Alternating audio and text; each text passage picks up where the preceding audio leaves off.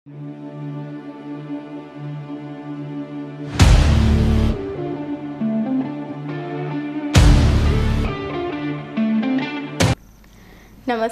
ಸೋನಿ9 ನ್ಯೂಸ್ಗೆ ಸ್ವಾಗತ. ನಾನು ಪ್ರಭಾವತಿ. ಮೊದಲಿಗೆ ಮುಖ್ಯಾಂಶಗಳು. ದಿಶಾ ಸಮಿತಿಯ ಅಧ್ಯಕ್ಷತೆ ವಹಿಸಿ ಹೃದಯಾಘಾತ ಕುರಿತು ಎಚ್ಚರಿಕೆ, ಆರೋಗ್ಯ ಅಧಿಕಾರಿಗಳು ಜಾಗೃತಿ ಮೂಡಿಸಬೇಕೆಂದು ಸಂಸದ ಸಾಗರ್ ಖಂಡ್ರೆ ತಿಳಿಸಿದರು. ಕಾರ್ಮಿಕ ಸಂಘಟನೆಗಳು ಮತ್ತು ಸಂಯುಕ್ತ ಕಿಸಾನ್ ಮೋರ್ಚಾ ಇವುಗಳ ನೇತೃತ್ವದಲ್ಲಿ ರಾಷ್ಟ್ರವ್ಯಾಪಿ ಮುಷ್ಕರ. ಜುಲೈ 14ರಂದು ಕನ್ನಡ ಶಾಲೆಗಳು ಉಳಿಸಿ ಕರ್ನಾಟಕ ಉಳಿಸಿ ಹೋರಾಟ ಸತ್ಯಾಗ್ರಹ ಜಲಾದೆ. ಜುಲೈ 31ರಂದು ಮೊಹಮ್ಮದ್ ರಫಿ ಸ್ಮರಣಾರ್ಥ ತುಜ್ಕೋ ತೇರೆ ಬಾದ್ ಜಮಾನಾ ಢೂಂಢೇಗಾ ಸಂಗೀತ ರಸಮಂಜರಿ ಕಾರ್ಯಕ್ರಮ. ಅಧ್ಯಕ್ಷರಾದ ನಾಗೇಂದ್ರ ದಂಡೆ. ಸಿಎ ಫೌಂಡೇಶನ್ ಕೋರ್ಸ್ ಪರೀಕ್ಷೆಯಲ್ಲಿ ಉತ್ತಮ ಅಂಕಗಳೊಂದಿಗೆ ತೇರ್ಗಡೆಯಾದ ಸ್ನೇಹಾ ಸಂಗಮ್ನಾಥ್ ಅವರನ್ನು ಬೀದರ್ನ ಸಾಯಿ ಸ್ಫೂರ್ತಿ ಪದವಿ ಪೂರ್ವ ಕಾಲೇಜಿನಲ್ಲಿ ಸನ್ಮಾನಿಸಲಾಯಿತು. ಬೆಂಗಳೂರಿನಲ್ಲಿ ನಡೆದ ಸಮಾರಂಭದಲ್ಲಿ ಬೀದರ್ನ ಹ್ಯುಮ್ಯಾನಿಟಿ ಫಸ್ಟ್ ಫೌಂಡೇಶನ್ ಅಧ್ಯಕ್ಷ ಮೊಹಮ್ಮದ್ ಮಾಜಿದ್ ಬಿಲಾಲ್ ಅವರಿಗೆ ರಾಜ್ಯ ಮಟ್ಟದ ಕರ್ನಾಟಕ ಭೂಷಣ ಪ್ರಶಸ್ತಿ ಪ್ರದಾನ ಮಾಡಲಾಯಿತು. ಸುದ್ದಿಯ ವಿವರಗಳು. ಒತ್ತಡದ ಬದುಕು, ಬದಲಾದ ಆಹಾರ ಪದ್ಧತಿ, ಜೀವನ ಶೈಲಿ ಹಿನ್ನೆಲೆಯಲ್ಲಿ ರಾಜ್ಯದ ವಿವಿಧೆಡೆ ಹೃದಯಾಘಾತ ಪ್ರಕರಣಗಳು ಹೆಚ್ಚುತ್ತಿರುವುದರಿಂದ ಜನಸಾಮಾನ್ಯರಲ್ಲಿ ಎದೆನೋವು, ಹೃದಯಾಘಾತ ತಡೆಯಲು ಆರೋಗ್ಯಕರ ಜೀವನ ಶೈಲಿ ಕುರಿತು ಜಾಗೃತಿ ಕಾರ್ಯಕ್ರಮ ಹಾಗೂ ಆರೋಗ್ಯ ಶಿಬಿರಗಳನ್ನು ಹಮ್ಮಿಕೊಳ್ಳುವಂತೆ ಸಂಸದ ಸಾಗರ್ ಖಂಡ್ರೆ ಆರೋಗ್ಯ ಅಧಿಕಾರಿಗಳಿಗೆ ಸೂಚಿಸಿದರು. ಜಿಲ್ಲಾ ಪಂಚಾಯತ್ ಸಭಾಭವನದಲ್ಲಿಂದು ಜರುಗಿದ್ದ ದಿಶಾ ಸಮಿತಿಯ ಅಧ್ಯಕ್ಷತೆ ವಹಿಸಿ ಅವರು ಮಾತನಾಡುತ್ತಿದ್ದರು. ಯುವಕರಲ್ಲಿ, ಜನಸಾಮಾನ್ಯರಲ್ಲಿಯೂ ಹೃದಯಾಘಾತ ಪ್ರಕರಣಗಳು ಹೆಚ್ಚುತ್ತಿವೆ. ದಿನನಿತ್ಯದ ಒತ್ತಡದ ಬದುಕು, ಫಾಸ್ಟ್ ಫುಡ್ ಆಹಾರ ಹಾಗೂ ಬದಲಾದ ಜೀವನ ಶೈಲಿಯ ಹಿನ್ನೆಲೆಯಲ್ಲಿ ಎದೆನೋವು ಲಕ್ಷಣಗಳು ಹಾಗೂ ಹೃದಯಾಘಾತ ಕಂಡುಬರುತ್ತಿದೆ. ಸಾರ್ವಜನಿಕರು ತುರ್ತು ಸಂದರ್ಭದಲ್ಲಿ ಕೈಗೊಳ್ಳಬೇಕಾದ ಕ್ರಮಗಳ ಬಗ್ಗೆ, ಸುಧಾರಿತ ಜೀವನ ಶೈಲಿ ಬಗ್ಗೆ ಆರೋಗ್ಯ ಅಧಿಕಾರಿಗಳು ಜಾಗೃತಿ ಮೂಡಿಸಬೇಕೆಂದು ತಿಳಿಸಿದರು. ಪ್ರಾಥಮಿಕ ಆರೋಗ್ಯ ಕೇಂದ್ರದಲ್ಲಿ, ಸಮುದಾಯ ಆರೋಗ್ಯ ಕೇಂದ್ರಗಳಲ್ಲಿ ತುರ್ತು ಔಷಧಿಗಳು ಲಭ್ಯತೆ ಇರಬೇಕು. ಸ್ಥಳೀಯ ಆಸ್ಪತ್ರೆಗಳಲ್ಲಿ ರೋಗಿಗಳಿಗೆ ವೈದ್ಯರು ಹಾಗೂ ಸಿಬ್ಬಂದಿಗಳು ಸರಿಯಾಗಿ ಸ್ಪಂದಿಸತಕ್ಕದ್ದು. ಸಾರ್ವಜನಿಕರು ಆರೋಗ್ಯ ಸಮಸ್ಯೆಗಳನ್ನು ದಾಖಲಿಸಲು ಆನ್ಲೈನ್ ಯೋಜನೆ ರೂಪಿಸುವಂತೆ ತಿಳಿಸಿದರು. ಆಂಬ್ಯುಲೆನ್ಸ್ಗಳ ಚಾಲಕರ ಕೊರತೆಯನ್ನು ಇನ್ನೊಂದು ವಾರದಲ್ಲಿ ಬಗೆಹರಿಸುವಂತೆ ಡಿಎಚ್ಒ ಡಾಕ್ಟರ್ ನಿರಗುಡಿ ಅವರಿಗೆ ತಿಳಿಸಿದರು. ಬೀದಿ ಅಂಗಡಿಗಳಲ್ಲಿ ಕಲುಷಿತ ಆಹಾರ ಪದಾರ್ಥಗಳ ಮಾರಾಟ ತಡೆಯಲು ಹಾಗೂ ಹೋಟೆಲ್, ಧಾಬಾಗಳಲ್ಲಿ ಗುಣಮಟ್ಟದ ಆಹಾರ ಲಭ್ಯವಾಗುವಂತೆ ಆಹಾರ ಸುರಕ್ಷತಾ ಅಧಿಕಾರಿಗಳು ಹಠಾತ್ ಭೇಟಿ ನೀಡಿ ಕ್ರಮ ಕೈಗೊಳ್ಳುವಂತೆ ಹಾಗೂ ಭೇಟಿ ನೀಡಿದ ಫೋಟೋ, ವಿಡಿಯೋ ಹಾಗೂ ವರದಿಗಳನ್ನು ಒಪ್ಪಿಸುವಂತೆ ತಿಳಿಸಿದರು. ಗ್ರಾಮೀಣ ಹಾಗೂ ತಾಲೂಕು ಪ್ರದೇಶದಲ್ಲಿ ಉತ್ತಮ ಬ್ರ್ಯಾಂಡ್ಗಳ ನಕಲಿ ರೂಪದ ಕಾಸ್ಮೆಟಿಕ್, ಸೌಂದರ್ಯವರ್ಧಕ ಸಾಬೂನು ಹಾಗೂ ಆಹಾರ ಪದಾರ್ಥಗಳ ಮಾರಾಟವಾಗುತ್ತಿರುವ ಬಗ್ಗೆ ದೂರು ಬಂದಿದ್ದು, ಈ ಬಗ್ಗೆ ಸಂಬಂಧಿಸಿದ ಅಧಿಕಾರಿಗಳು ಕ್ರಮ ಕೈಗೊಳ್ಳಬೇಕೆಂದು ಸಂಸದರು ಸೂಚಿಸಿದರು. ಔಷಧಿ ಅಂಗಡಿಗಳಲ್ಲಿ ನಶೆ ಬರುವ, ಮತ್ತೇರಿಸುವ ಔಷಧಿಗಳ ಮಾರಾಟ ಕುರಿತು ಡ್ರಗ್ಸ್ ಕಂಟ್ರೋಲರ್ ಕ್ರಮ ಕೈಗೊಳ್ಳುವಂತೆ, ಅಲ್ಲದೆ ಡ್ರಗ್ಸ್ ವಿರುದ್ಧ ಪೊಲೀಸ್ ಇಲಾಖೆ ಕಠಿಣ ಕ್ರಮ ಕೈಗೊಳ್ಳುವಂತೆ ತಿಳಿಸಲಾಯಿತು. ಶಾಸಕರಾದ ಡಾಕ್ಟರ್ ಶೈಲೇಂದ್ರ ಕೆ ಬೆಲ್ದಾಳೆ ಅವರು ಮಾತನಾಡಿ, ಆರೋಗ್ಯ ಅಧಿಕಾರಿಗಳು ಹೆಚ್ಚೆಚ್ಚು ಆರೋಗ್ಯ ಶಿಬಿರಗಳನ್ನು ಏರ್ಪಡಿಸಬೇಕು. ಮನ್ನಾಗೇಳಿ ಹತ್ತಿರ ಇತ್ತೀಚೆಗೆ ಬಾಣಂತಿಗೆ ಸೂಕ್ತ ಸಮಯದಲ್ಲಿ ಆಂಬ್ಯುಲೆನ್ಸ್ ಲಭ್ಯವಾಗದ ಹಿನ್ನೆಲೆಯಲ್ಲಿ ಸಾವು ಸಂಭವಿಸಿತ್ತು. ಆಂಬ್ಯುಲೆನ್ಸ್ ಚಾಲಕರ ಕೊರತೆ ತಕ್ಷಣ ನೀಗಿಸುವಂತೆ ಸೂಚಿಸಿದರು. ಬೀದರ್ ರೈಲ್ವೆ ಸ್ಟೇಷನ್ ಸುತ್ತಲೂ ದಿನನಿತ್ಯ ಡ್ರಗ್ಸ್ ಮಾರಾಟ ಹೆಚ್ಚುತ್ತಿದ್ದು, ಪೊಲೀಸ್ ಅಧಿಕಾರಿಗಳು ಕ್ರಮ ಕೈಗೊಳ್ಳುವಂತೆ ತಿಳಿಸಿದ್ದರು. ರಾಜ್ಯ ಹೆದ್ದಾರಿಗಳಲ್ಲಿ ರಾತ್ರಿ ಅಪಘಾತ ಪ್ರಕರಣಗಳು ಹೆಚ್ಚುತ್ತಿದ್ದು, ಲೋಕೋಪಯೋಗಿ ಇಲಾಖೆ, ಪೊಲೀಸ್ ಇಲಾಖೆ ಹಾಗೂ ಆರ್ಟಿಒ ಈ ಬಗ್ಗೆ ಕ್ರಮ ವಹಿಸುವಂತೆ ಸಂಸದರಾದ ಸಾಗರ್ ಖಂಡ್ರೆ ಸೂಚಿಸಿದರು. ಜನದಟ್ಟಣೆಯ ಸ್ಥಳಗಳಲ್ಲಿ ವೇಗ ಮಿತಿಗೆ ರಸ್ತೆ ತಡೆಗಳು, ರಾತ್ರಿ ಪ್ರತಿಫಲನಗೊಳ್ಳುವ ಬೋರ್ಡ್ಗಳು ಸೇರಿದಂತೆ ಬೀದಿ ದೀಪ ಅಳವಡಿಸುವಂತೆ ತಿಳಿಸಿದರು. ಜಿಲ್ಲೆಯಲ್ಲಿ 32 ಅಪಘಾತ ಸ್ಥಳಗಳನ್ನು ಗುರುತಿಸಲಾಗಿದ್ದು, ಅಧಿಕಾರಿಗಳು ಜವಾಬ್ದಾರಿಯಿಂದ ಕಾರ್ಯನಿರ್ವಹಿಸುವಂತೆ ತಿಳಿಸಿದ್ದರು. ರೈಲ್ವೆ, ಕೃಷಿ ಇಲಾಖೆ, ತೋಟಗಾರಿಕೆ ಇಲಾಖೆ, ಪಶುಸಂಗೋಪನೆ, ಆರೋಗ್ಯ ಇಲಾಖೆ, ಮಹಿಳಾ ಮತ್ತು ಮಕ್ಕಳ ಇಲಾಖೆ, ವಸತಿ ಸೇರಿದಂತೆ ವಿವಿಧ ಇಲಾಖೆಗಳ ಕೇಂದ್ರ ಪುರಸ್ಕೃತ ಯೋಜನೆಗಳ ಪ್ರಗತಿ ಪರಿಶೀಲನೆಯನ್ನು ಸಂಸದರು ಕೈಗೊಂಡರು. ಜಿಲ್ಲೆಯಲ್ಲಿ ಈವರೆಗೆ ಉತ್ತಮ ಮಳೆ ಬೆಳೆ ಕಂಡುಬಂದಿದ್ದು, 4.21 ಲಕ್ಷ ಹೆಕ್ಟೇರ್ ಬಿತ್ತನೆ ಕ್ಷೇತ್ರವಿದೆ. ಈ ಪೈಕಿ 2.2 ಲಕ್ಷ ಸೋಯಾ, 1.32 ಲಕ್ಷ ತೊಗರಿ, 22,000 ಹೆಕ್ಟೇರ್ ಉದ್ದು ಹಾಗೂ ಹೆಸರು ಬಿತ್ತಲಾಗುತ್ತಿದೆ. ರಸಗೊಬ್ಬರಗಳ ಸಮಸ್ಯೆ ಇಲ್ಲ. ಜಿಲ್ಲೆಗೆ 1,03,723 ಮೆಟ್ರಿಕ್ ಟನ್ ಯೂರಿಯಾ ಅಗತ್ಯವಿದ್ದು, 9,000 ಮೆಟ್ರಿಕ್ ಟನ್ ಸರಬರಾಜು ಆಗಿದೆ. ನ್ಯಾನೋ ಯೂರಿಯಾ ಬಳಕೆಗೆ ಪ್ರಚಾರ ಕೈಗೊಳ್ಳಲಾಗುತ್ತಿದೆ ಎಂದು ಕೃಷಿ ಜಂಟಿ ನಿರ್ದೇಶಕಿ ದೇವಿಕಾ ಸಭೆಗೆ ತಿಳಿಸಿದ್ದರು. ಪ್ರಧಾನಮಂತ್ರಿ ಫಸಲ್ ಭೀಮಾ ಯೋಜನೆಯಡಿ ಕಳೆದ ವರ್ಷ ವಿಮೆ ಕಂತು ಕಟ್ಟಿದ್ದರೂ ಸೂಕ್ತ ವಿಮೆ ಪರಿಹಾರ ದೊರಕದ ಬಗ್ಗೆ ದೂರುಗಳು ಕೇಳಿಬಂದಿವೆ. ರೈತರಿಗೆ ವಿಮೆ ಪರಿಹಾರ ಹಣ ಸಂದಾಯವಾಗುವ ನಿಟ್ಟಿನಲ್ಲಿ ಕ್ರಮ ಕೈಗೊಳ್ಳುವಂತೆ ಸಂಸದರು ಕೃಷಿ ಜಂಟಿ ನಿರ್ದೇಶಕರಿಗೆ ತಿಳಿಸಿದರು. ಸಂಸದರಾದ ಸಾಗರ್ ಈಶ್ವರ್ ಖಂಡ್ರೆ ಅವರು ದಿಶಾ ಸಮಿತಿ ಸಭೆಗೆ ಮುನ್ನ ಬೀದರ್ ಜಿಲ್ಲಾ ಪಂಚಾಯತ್ ಕಚೇರಿ ಆವರಣದಲ್ಲಿ ಪ್ರಧಾನಮಂತ್ರಿ ಫಸಲ್ ಭೀಮಾ ಯೋಜನೆ PMFBY ಕುರಿತು ಜಾಗೃತಿ ಮೂಡಿಸುವ ಉದ್ದೇಶದಿಂದ ಜಾಗೃತಿ ವಾಹನಗಳಿಗೆ ಹಸಿರು ನಿಶಾನೆ ತೋರಿಸಿ ರೈತರು ಈ ಯೋಜನೆಯ ಸದುಪಯೋಗ ಪಡೆದುಕೊಳ್ಳಬೇಕು ಎಂದು ಸಂದೇಶವನ್ನು ನೀಡಿದ್ದರು. ಇದೇ ವೇಳೆ ಜಿಲ್ಲೆಯ 83 ಗ್ರಾಮ ಗ್ರಂಥಾಲಯಗಳಿಗೆ ಇಂಟರ್ನೆಟ್ ಸಂಪರ್ಕ ಹಾಗೂ ಪುಸ್ತಕ ಕಿಟ್ಟುಗಳನ್ನು ವಿತರಿಸಿ ಗ್ರಾಮೀಣ ಮಕ್ಕಳಿಗೆ ಹಾಗೂ ಓದುಗರಿಗೆ ಜ್ಞಾನವೃದ್ಧಿಗೆ ಉಪಯುಕ್ತವಾಗುವಂತಹ ಈ ಯೋಜನೆಯ ಕುರಿತು ಮೆಚ್ಚುಗೆ ವ್ಯಕ್ತಪಡಿಸಿದರು. ಈ ಸಭೆಯಲ್ಲಿ ದಿಶಾ ಸಮಿತಿಯ ಸದಸ್ಯರಾದ ಶಿವಯ್ಯ ಸ್ವಾಮಿ, ಜಿಲ್ಲಾಧಿಕಾರಿಗಳಾದ ಶಿಲ್ಪಾ ಶರ್ಮಾ, ಜಿಲ್ಲಾ ಪಂಚಾಯತ್ ಮುಖ್ಯ ಕಾರ್ಯನಿರ್ವಾಹಕ ಅಧಿಕಾರಿಗಳಾದ ಡಾಕ್ಟರ್ ಗಿರೀಶ್ ಬದೋಲೆ, ಜಿಲ್ಲಾ ಪೊಲೀಸ್ ವರಿಷ್ಠಾಧಿಕಾರಿಗಳಾದ ಪ್ರದೀಪ್ ಗುಂಡಿ ಸೇರಿದಂತೆ ಜಿಲ್ಲಾ ಮಟ್ಟದ ಅಧಿಕಾರಿಗಳು ಉಪಸ್ಥಿತರಿದ್ದರು. Okay, sir. You have to check. You have to check in. And one more issue, sir, we are facing recent past long hours and railway working hours. DEP the gap in there. Electricity supply railways. Any issue that you have, it needs to be given in writing. Okay. If you inform orally, they will tell that you didn't inform. Tomorrow, what will you do? Okay, sir. We will solve matters, sir. Consult matter again. The issues are. Solve matter railway. ಯೂರಿಯಾನೇ ಬೇಕಾಗಿದೆ sir. ನಮ್ಮ sugar cane ಏರಿಯಾನು ಇದೆ sir, 15,000 hectare ಅಷ್ಟು. ಅದಕ್ಕೆ ಈಗ top dressing ಆಗಿ ನಾವು ಯೂರಿಯಾನ use ಮಾಡ್ತೀವಿ. ಮತ್ತೆ ಬೇರೆ ಯಾವ್ದು ಈಗ ಒಂದು NFM ಅವ್ರದ್ದು 1,000 ಮೆಟ್ರಿಕ್ ಟನ್ ಅಷ್ಟು ನಮಗೆ ಸಪ್ಲೈ ಪ್ಲಾನ್ ಅಲ್ಲಿ 15th ಜುಲೈ ಅಲ್ಲಿಗೆ ನಮ್ಮ ಡಿಸ್ಟ್ರಿಕ್ಟ್ ಗೆ ಬರುತ್ತೆ ಸರ್. ರೇಕ್ ಸಪ್ಲೈ ಆಗುತ್ತೆ. ಸೊ ನಾವೆಲ್ಲ ಪ್ಯಾಕ್ ಮತ್ತೆ ಸೊಸೈಟಿಗಳ ಮೂಲಕ ಮತ್ತೆ ಡೀಲರ್ಸ್ಗೆಲ್ಲನೂ ಅದನ್ನ ಡಿಸ್ಟ್ರಿಬ್ಯೂಟ್ ಮಾಡಿಸ್ತೀವಿ ಸರ್. ಸೊ ಯೂರಿಯಾದಲ್ಲಿ ಯಾವ್ದು ಪ್ರಾಬ್ಲಮ್ ಇಲ್ಲ ಸರ್. ಬಟ್ ನ್ಯಾನೋ ಯೂರಿಯಾನ ಪಬ್ಲಿಸಿಟಿ ಕೊಡ್ಬೇಕಂತ ಹೇಳಿದ್ದಾರೆ ಸರ್. ಇನ್ಸ್ಟೆಡ್ ಆಫ್ ಗ್ರಾನ್ಯೂಲ್ಸ್ ನಾವು ನ್ಯಾನೋ ಯೂರಿಯಾ ಯೂಸ್ ಮಾಡ್ಬೇಕಂತ ಹೇಳಿದ್ದಾರೆ ಸರ್. ಸೊ ಅದನ್ನ ನಾವು ಅವೇರ್ನೆಸ್ ಕೊಡ್ತಾ ಇದ್ದೀವಿ ಸರ್. ಮತ್ತೆ ಫೀಲ್ಡ್ ಡೆಮಾನ್ಸ್ಟ್ರೇಷನ್ ಮಾಡ್ತೀವಿ ಡ್ರೋನ್ ಅಲ್ಲಿ ಎಲ್ಲಾನು ಎಲ್ಲಾ RSKಗಳಲ್ಲಿ ಮತ್ತೆ ಇಫ್ಕೋ ಕಂಪನಿ ಮೂಲಕನೂ ನಾವು ಮಾಡಿಸ್ತಾ ಇದ್ದೀವಿ ಸರ್. ಲೇಟ್ ಯಾಕಾಯ್ತು ಅಂತಂದ್ರೆ ರೈಟಿಂಗ್ ನೀವು ಕೊಡಿ, ಎಷ್ಟು ನಮ್ಗೆ ಅವಶ್ಯಕತೆ ಇತ್ತು, ಎಷ್ಟು ಕಡಿಮೆ ಬಿತ್ತು, ಯಾವಾಗ ಸ್ಯಾಂಕ್ಷನ್ ಆಯ್ತು, ಯಾವ್ಯಾವ RSK ಅಲ್ಲಿ ನೀವು ಏನೇನು ಕೊಟ್ಟಿದ್ದೀರಿ ಅಂತ ಅಂಬೋದೆಲ್ಲ ನಮ್ಗೆ ರೈಟಿಂಗ್ ಅಲ್ಲಿ ಡೇಟಾ ಕೊಡಿ. ಫರ್ಟಿಲೈಸರ್ ಕೂಡ DAP ಸಮಸ್ಯೆ ಇತ್ತಲ್ವಾ? DAP ಏನು ಸಮಸ್ಯೆ ಇಲ್ಲ ಸರ್, ಬಂದಿದೆ ಸರ್. ಇತ್ತು ಸಮಸ್ಯೆ ಇತ್ತು, ರೈತರು ಫೋನ್ ಹಚ್ಚಿ DAP ಬಂದಿಲ್ಲ ಅಂತ ಹೇಳ್ತಾ ಇದ್ರು. ನಾನು ಬಂದಿದೆ 17 ಜಾಯ್ನ್ ಆಗಿದ್ದೀನಿ ಸರ್. ಅದೇ ನೀವು ಈ ತಿಂಗಳೇ ಜಾಯ್ನ್ ಆಗಿದ್ದೀರಾ?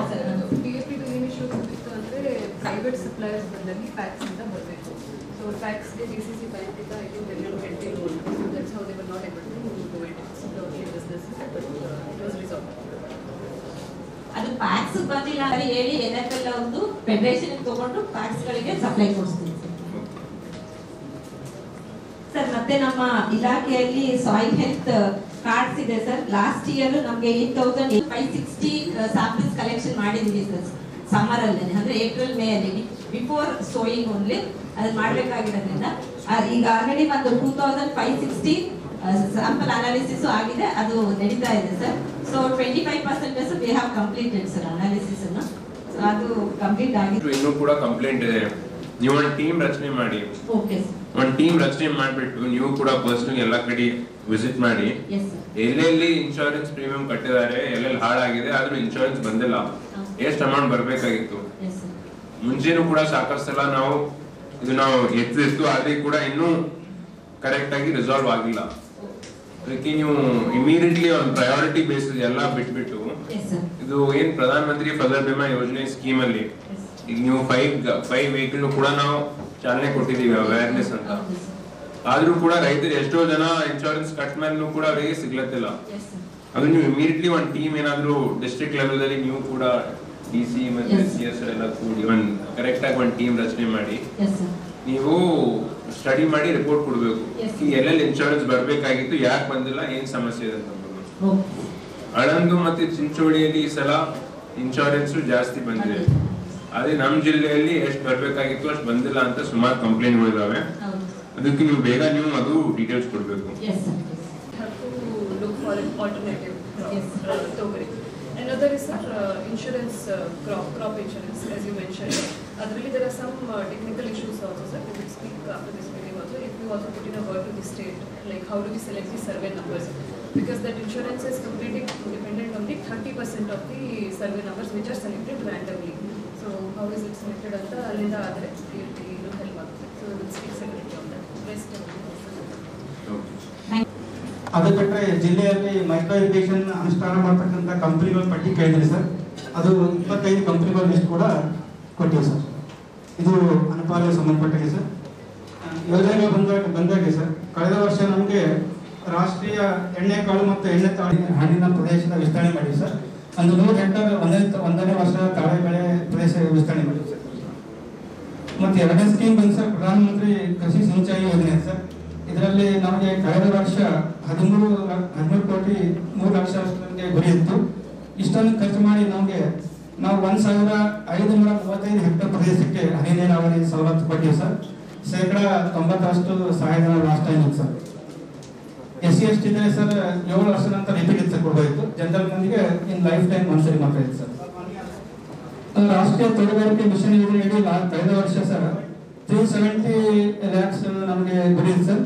ಅದನ್ನು ಸಂಪೂರ್ಣ ಖರ್ಚು ಮಾಡಿ 1498 ಮಂದಿಗೆ ಇದರ ಸವಲತ್ತು ನೀಡಿವೆ ಸರ್. ಇದು ಹಣ್ಣಿನ ತೋಟಗಳ ನಿರ್ಮಾಣ, ಹೂವಿನ ತೋಟಗಳ ನಿರ್ಮಾಣ, ತರಕಾರಿ ತಾಕುಗಳ ನಿರ್ಮಾಣ, ಪಾಲಿಮನೆ ನಿರ್ಮಾಣ, ಈ ನೆರಳುಪದ ನಿರ್ಮಾಣ ಮತ್ತು ಪೋಸ್ಟ್ ಹಾರ್ವೆಸ್ಟ್ ಮ್ಯಾನೇಜ್ಮೆಂಟ್ಸು ಮತ್ತು ಇದರ ಟ್ರಾಕ್ಟರ್ ಕೂಡ ಮಿನಿ ಟ್ರಾಕ್ಟರ್ ಸರ್ ಎಲ್ಲ ಕೊಟ್ಟು ಇದು ಕೂಡ ಸಂಪೂರ್ಣ ಸಾಧನೆ ಮಾಡಿದೆ ಸರ್.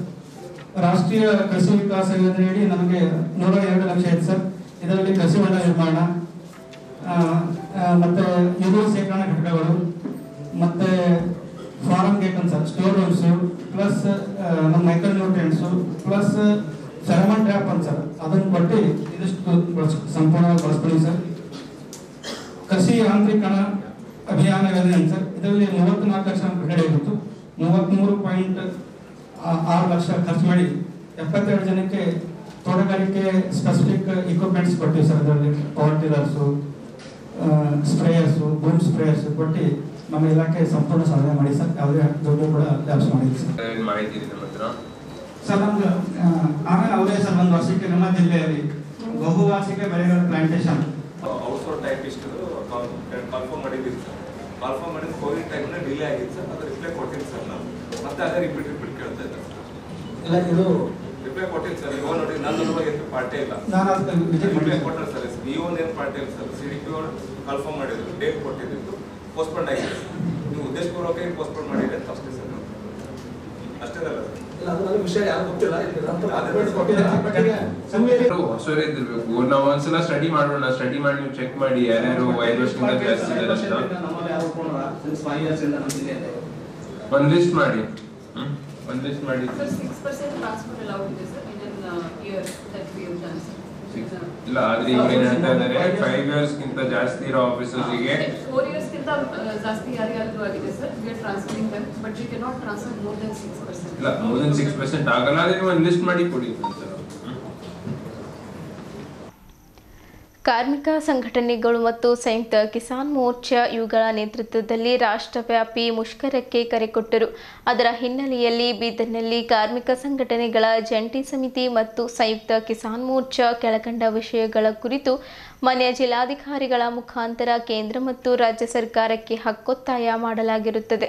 ಮಾನ್ಯ ನರೇಂದ್ರ ಮೋದಿರವರು ನೇತೃತ್ವ ಕೇಂದ್ರ ಸರ್ಕಾರವು ಬಂಡವಾಳದಾರರ ಮತ್ತು ಕಾರ್ಪೊರೇಟ್ ಮನೆತನದ ಒತ್ತಡಕ್ಕೆ ಮಣಿದು ಕಾರ್ಮಿಕ ವಿರೋಧಿ ಹಾಕಿರುವ 4 ಕಾರ್ಮಿಕ ಸಂಹಿತೆಗಳನ್ನು ಜಾರಿಗೆ ತಂದಿದೆ ಮತ್ತು ರಾಜ್ಯ ಸರ್ಕಾರಗಳು ಕೆಲಸದ ಅವಧಿಯನ್ನು 8 ಗಂಟೆಗೆ ಬದಲಾಗಿ 10 ಗಂಟೆಗೆ ಹೆಚ್ಚಿಸಲಾಗಿದೆ. ಕರ್ನಾಟಕ ಸರ್ಕಾರವು ಕೂಡ ಕೇಂದ್ರ ಹಾದಿಯಲ್ಲಿಯೇ ಮುಂದುವರಿಯುತ್ತಿದೆ. ಈ 4 ಅಹಿತಗಳನ್ನು ಹಿಂತೆಗೆಯಬೇಕೆಂದು ಮತ್ತು ಕೆಲಸದ ಅವಧಿಯನ್ನು 8 ಗಂಟೆಯಾಗಿಯೇ ಮುಂದುವರಿಸಬೇಕೆಂದು ಪ್ರತಿಭಟನೆ ಮೂಲಕ ಒತ್ತಾಯಿಸಲಾಗಿದೆ. ದೇಶದ ಮೊದಲನೇ ಪ್ರಧಾನಮಂತ್ರಿಯಾಗಿದ್ದ ಪಂಡಿತ್ ಜವಾಹರ್ಲಾಲ್ ನೆಹರೂರವರು ಸಾರ್ವತ್ರಿಕ ವಲಯದ ಕೈಗಾರಿಕೆಗಳನ್ನು ಸ್ಥಾಪಿಸಿರುತ್ತಾರೆ. ಆದರೆ ಈಗಿರುವ ಪ್ರಧಾನಮಂತ್ರಿಗಳು ಮಾನ್ಯ ನರೇಂದ್ರ ಮೋದಿ ಅವರು ಸಾರ್ವತ್ರಿಕ ವಲಯಗಳನ್ನು ಮಾರಾಟಕ್ಕೆ ತೆಗೆದಿರುತ್ತಾರೆ. ರೈಲ್ವೆ, LICಗಳನ್ನು ಖಾಸಗೀಕರಣಕ್ಕೆ ತಳ್ಳಲಾಗಿದೆ. ರಾಷ್ಟ್ರೀಕೃತ ಬ್ಯಾಂಕುಗಳನ್ನು ವಿಲೀನಗೊಳಿಸಲಾಯಿತು. ಖಾಸಗಿ ಬ್ಯಾಂಕ್ಗಳಿಗೆ ಪ್ರೋತ್ಸಾಹ ಕೊಡಲಾಗುತ್ತಿದೆ. ಸರ್ಕಾರದ ಆಸ್ತಿಯನ್ನು ನಗದೀಕರಿಸಿಕೊಳ್ಳಲಾಗುತ್ತಿದೆ. ಈ ಪದ್ಧತಿಯನ್ನು ಕೇಂದ್ರ ಸರ್ಕಾರ ನಿಲ್ಲಿಸಬೇಕೆಂದು ಒತ್ತಾಯಿಸಿದರು. ಹೋರಾಟಗಳಿಂದ ಪಡೆದ ಕಾರ್ಮಿಕ ಹಕ್ಕುಗಳನ್ನು ರದ್ದು ಮಾಡಲಾಗುತ್ತಿದ್ದು, ಕಾರ್ಮಿಕ ಚಳವಳಿಯನ್ನು ತಡೆಗಟ್ಟಲು ಸರ್ಕಾರ ಚಳವಳಿಗಳನ್ನು ಮಾಡಿದಂತೆ ಕಠಿಣ ಕಾನೂನುಗಳನ್ನು ಜಾರಿಗೆ ತಂದಿದ್ದು, ಪ್ರಜಾಪ್ರಭುತ್ವದ ಹಕ್ಕನ್ನು ಕಸಿದುಕೊಳ್ಳಲಾಗುತ್ತಿದೆ. ಅಂಗನವಾಡಿ ನೌಕರರು, ಆಶಾ ಕಾರ್ಯಕರ್ತೆಯರು ಹಾಗೂ ಬಿಸಿಯೂಟದ ನೌಕರರುಗಳನ್ನು ಕ್ರಮಬದ್ಧಗೊಳಿಸುವಂತೆ ಸುಮಾರು ಸಲ ಹೋರಾಟ ಮಾಡುವುದರ ಮುಖಾಂತರ ಮನವಿ ಪತ್ರ ಸಲ್ಲಿಸಿದರೂ ಕೂಡ ಕ್ರಮ ತೆಗೆದುಕೊಳ್ಳಲಿಲ್ಲ. ಅವರುಗಳನ್ನು ಸರ್ಕಾರದ ನೌಕರರೆಂದು ಪರಿಗಣಿಸಿ ಈ ದಿನದ ಸಾರ್ವತ್ರಿಕ ಮುಷ್ಕರದ ಮುಖಾಂತರ ಒತ್ತಾಯಿಸುತ್ತಾ ಅವರುಗಳ ಗೌರವಧನವನ್ನು ₹25,000 ಪ್ರತಿ ತಿಂಗಳು ನಿಗದಿಗೊಳಿಸಬೇಕು. ಅಸಂಘಟಿತ ಕಾರ್ಮಿಕರಾಗಿರುವ ಕಟ್ಟಡ ಕಾರ್ಮಿಕರು, ಗೀಗ್ ಕಾರ್ಮಿಕರನ್ನ ಎಲ್ಲಾ ರೀತಿಯ ಸಾಮಾಜಿಕ ಭದ್ರತೆ ಕೊಡುವುದು, ಕೃಷಿ ಕಾರ್ಮಿಕರಿಗಾಗಿ ಅವರದಿಯಾದ ಕಲ್ಯಾಣ ಮಂಡಳಿಯನ್ನ ರಚಿಸುವುದು, ಬಗರ್ ಹುಕುಂ ಸಾಗುವಳಿದಾರರ ಮೇಲೆ ನಡೆಯುತ್ತಿರುವ ಅರಣ್ಯಾಧಿಕಾರಿಗಳು ಮತ್ತು ಪೊಲೀಸರ ದೌರ್ಜನ್ಯವನ್ನ ತಡೆಯುವುದು ಹಾಗೂ ಬಾಕಿ ಇರುವ ಫಾರಂ ನಂಬರ್ 50, 53 ಮತ್ತು 57ಗಳ ವಿಲೇವಾರಿಯನ್ನ ಕೂಡಲೇ ಮಾಡಿ ಆದೇಶ ಹೊರಡಿಸುವುದು. ಬೀದರ್ ಜಿಲ್ಲೆಯ ಬೀದರ್ ಸಹಕಾರಿ ಸಕ್ಕರೆ ಕಾರ್ಖಾನೆ ಹಳಕೇಡ್ಬಿ, ತಾಲೂಕಾ ಹುಮ್ನಾಬಾದ್ ಜಿಲ್ಲೆ ಬೀದರ್ ಇದನ್ನ ಪುನಃ ಪ್ರಾರಂಭಿಸುವುದು, ಆಡಳಿತ ಮಂಡಳಿಯನ್ನ ರದ್ದುಪಡಿಸುವುದು, ಆಡಳಿತ ಅಧಿಕಾರಿಯನ್ನ ನೇಮಕ ಮಾಡಿ ರೈತರ ಹಿತ ಕಾಪಾಡಬೇಕು ಮತ್ತು ಕಾರ್ಮಿಕರಿಗೆ ಕೊಡಬೇಕಾದ ಸಂಬಳ ಬಾಕಿ ಹಾಗೂ ಉಪದಾನ ಹಣ ₹35 ಕೋಟಿ ಸಂದಾಯ ಮಾಡಬೇಕೆಂದು ಒತ್ತಾಯಿಸಲಾಗಿರುತ್ತದೆ. ರಾಜ್ಯ ಸರ್ಕಾರವು ಕೈಗಾರಿಕೆ ಅಭಿವೃದ್ಧಿಪಡಿಸುವ ಹೆಸರಿನಲ್ಲಿ ಬೆಂಗಳೂರು ಗ್ರಾಮಾಂತರದ ದೇವನಹಳ್ಳಿ ಸಮೀಪದ ಸುಮಾರು 13 ಹಳ್ಳಿಯ ರೈತರ ಒಟ್ಟು ಭೂಮಿ 1800 ಎಕರೆಯನ್ನ ಭೂಮಿ ಸ್ವಾಧೀನ ಮಾಡಿಕೊಳ್ಳುವುದನ್ನು ನಿಲ್ಲಿಸಬೇಕು. ಬೀದರ್ ಜಿಲ್ಲೆಯ ಕಾರಂಜ ಅಣೆಕಟ್ಟಿಗಾಗಿ ಭೂಮಿ ಕಾಯ್ದುಕೊಂಡು ರೈತರಿಗೆ ಭೂ ಸ್ವಾಧೀನದಲ್ಲಿ ಅಸಮರ್ಪಕ ಪರಿಹಾರ ಕೊಡಲಾಗಿರುತ್ತದೆ. ಆದ್ದರಿಂದ ಭೂಮಿ ಕಳೆದುಕೊಂಡ ರೈತರಿಗೆ ಇಂದಿನ ಮಾರುಕಟ್ಟೆ ಬೆಲೆಯಲ್ಲಿ ಭೂ ಪರಿಹಾರ ಕೊಡಬೇಕು. ಈ ಎಲ್ಲ ಬೇಡಿಕೆಗಳನ್ನು ಒತ್ತಾಯಿಸಿ ಸಾರ್ವತ್ರಿಕ ಮುಷ್ಕರದ ಮುಖಾಂತರ ಪ್ರತಿರೋಧವನ್ನು ವ್ಯಕ್ತಪಡಿಸುತ್ತಾ ಇಂದು ಡಾಕ್ಟರ್ ಬಾಬಾ ಸಾಹೇಬ್ ಅಂಬೇಡ್ಕರ್ ಅವರ ವೃತ್ತದ ಮುಖಾಂತರ ಪ್ರತಿಭಟನೆ ಮೂಲಕ ಕೇಂದ್ರ ಮತ್ತು ರಾಜ್ಯ ಸರ್ಕಾರಕ್ಕೆ ಜಿಲ್ಲಾಧಿಕಾರಿಗಳ ಮುಖಾಂತರ ಮನವಿ ಸಲ್ಲಿಸಲಾಯಿತು. ಈ ಸಂದರ್ಭದಲ್ಲಿ ಕಾರ್ಮಿಕ ಸಂಘಟನೆಗಳ ಜಂಟಿ ಸಮಿತಿಯ ಸಂಚಾಲಕರಾದ ಬಾಬುರಾವ್ ಹೊನ್ನ, ಸಹ ಸಂಚಾಲಕರಾದ RP ರಾಜ್, ಸಂಯುಕ್ತ ಕಿಸಾನ್ ಮೋರ್ಚಾದ ಸಂಚಾಲಕರುಗಳಾದ ನಜೀರ್ ಅಹಮದ್, ಮಹೇಶ್ ನಾಡಗೌಡ, MD ಶಫಾಯಿತ್ ಅಲಿ ಸೇರಿದಂತೆ ನೂರಾರು ಕಾರ್ಮಿಕರು ಉಪಸ್ಥಿತರಿದ್ದರು.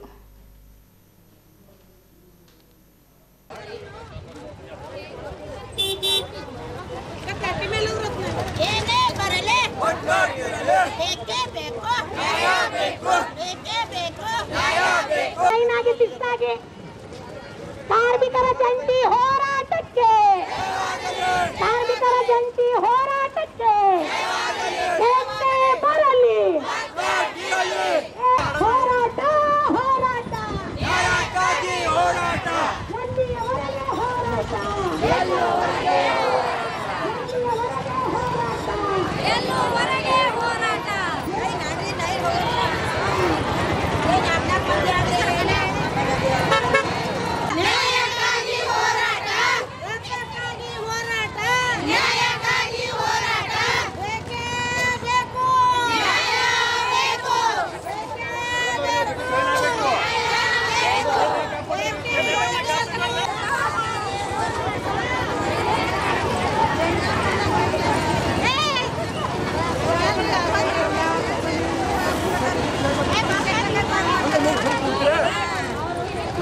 ನಾವು ನಿಮ್ಗೋಸ್ಕರ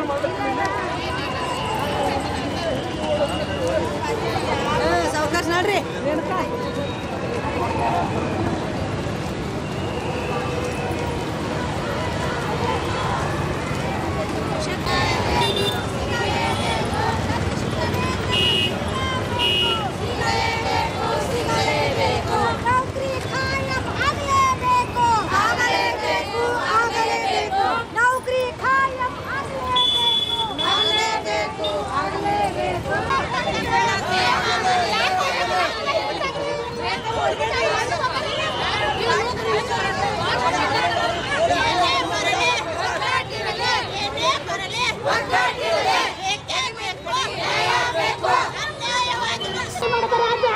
ಸರ್ಕಾರಕ್ಕೆ ಹೇಳಿದ್ದಾರೆ.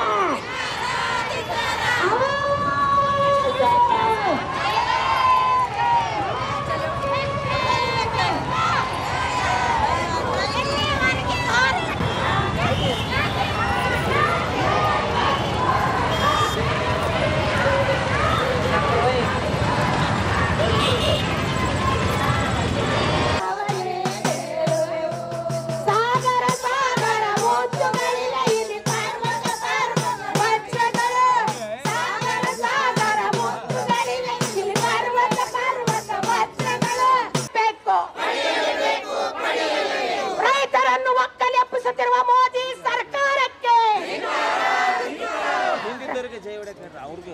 1991ರಿಂದ ಹೊಸ ಆರ್ಥಿಕ ನೀತಿ ಬಂತು. ಹೊಸ ಆರ್ಥಿಕ ನೀತಿ ಅಂದ್ರೆ ಕಾರ್ಮಿಕರಿಗಾಗಿ ರೈತರಿಗಾಗಿ ಒಂದು ವಿಷದ ಗುಳಿಗೆ ಅದು. ಈ ಹೊಸ ಆರ್ಥಿಕ ನೀತಿ ತಂದಂತ ಕಾಂಗ್ರೆಸ್ದವ್ರನ್ನು ತೆರಿಗೆ ಕೆಡ್ಸ್ಕೊಳತಿಲ್ಲ ಅವರು.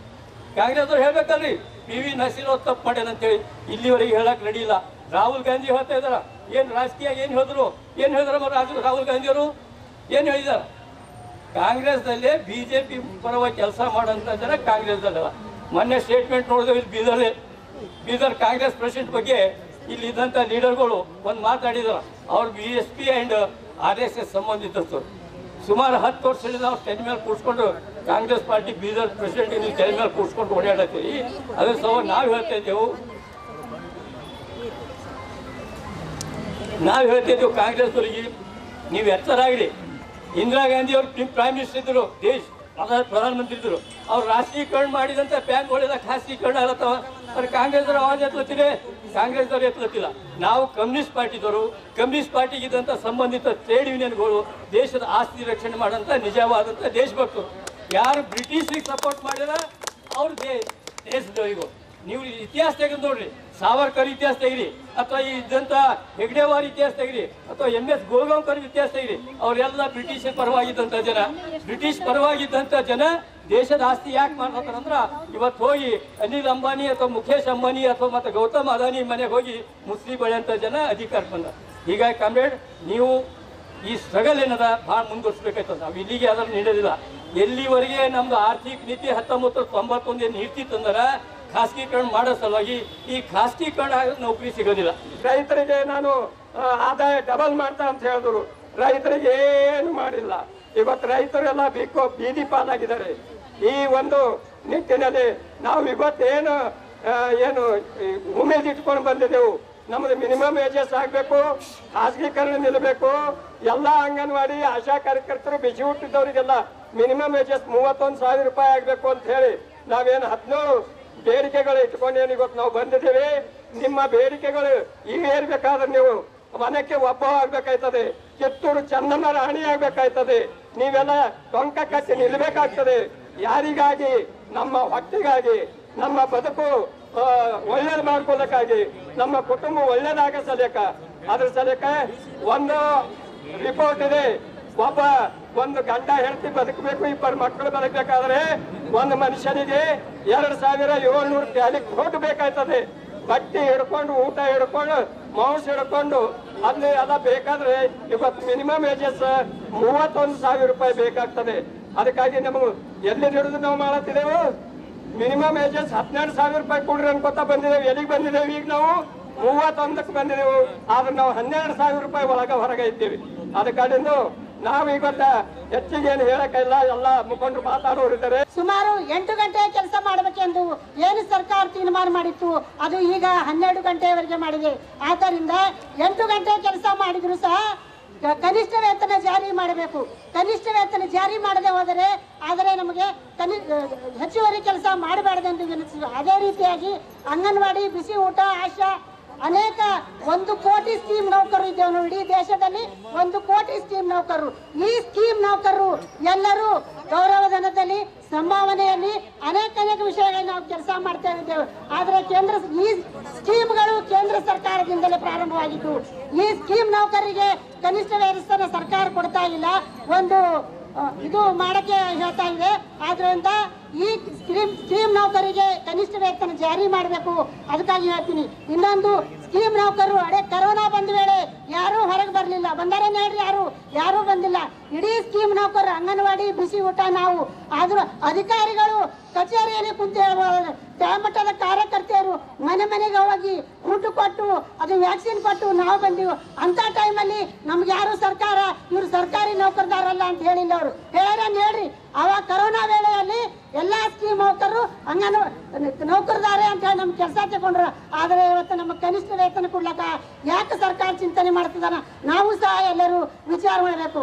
ಅದಕ್ಕಾಗಿ ಇಡೀ ಅಂಗನವಾಡಿಯವರು ಗ್ರಾಚ್ಯುಟಿ ಕೊಡಬೇಕಂದು 1972ರಲ್ಲಿ ಪಾಸ್ ಆಗಿತ್ತು. ಅದೇ ರೀತಿ 2023 ಏಪ್ರಿಲ್ ಈ ಕಡೆಯಿಂದ 287 ಕಾರ್ಯಕರ್ತರಿಗೆ ಗ್ರಾಚ್ಯುಟಿ ಹಣ ಬಂದಿದೆ. ಅದೇ 2011ರಿಂದ ಇಲ್ಲಿಯವರೆಗೆ ನಿವೃತ್ತರಾದ ಅಂಗನವಾಡಿ ಕಾರ್ಯಕರ್ತಕಿ ಮತ್ತು ಸಹಾಯಕಿ 20,130 ಜನ ಕಾರ್ಯಕರ್ತರಿದ ಅವರಿಗೂ ಸಹ ಕೇಂದ್ರ ಸರ್ಕಾರ ರಾಜ್ಯ ಸರ್ಕಾರ ಗ್ರಾಚ್ಯುಟಿ ಕೊಡುವ ವ್ಯವಸ್ಥೆಯನ್ನು ಮಾಡಬೇಕು. ಈ ಗ್ರಾಚ್ಯುಟಿಗಾಗಿ ಕೊಡಬೇಕಂದ್ರೆ ಇಡೀ ಒಂದು ರಾಜ್ಯದಲ್ಲಿ ಸುಮಾರು 10 ದಿನಗಳ ಹೋರಾಟ ಮಾಡಿ ಇದು ಮಾಡಿದ್ದೇವೆ. ಅದೇ ರೀತಿಯಾಗಿ ಅಂಗನವಾಡಿ ಕೇಂದ್ರದಲ್ಲಿ FRS ಫೋಟೋ ಕ್ಯಾಪ್ಚರ್ ಡಿಜಿಟಲೀಕರಣ ಎಂದು ಕೇಂದ್ರ ಸರ್ಕಾರ ಮಾಡಿದೆ. 1914ರಲ್ಲಿ ಕೇಂದ್ರ ಸರ್ಕಾರ ಬಂದ ಕೂಡಲೇ ಎಲ್ಲ ಸ್ಕೀಮ್ ನೌಕರರಿಗೆ ಅನುದಾನ ಕಡಿತ ಮಾಡಿತ್ತು. 2000 ಎಲ್ಲ ಕಟ್ಟಡ ಕಾರ್ಮಿಕರು जिंदाबाद जुल्म का एक जवाब इंकलाब जिंदाबाद जुल्म का एक जवाब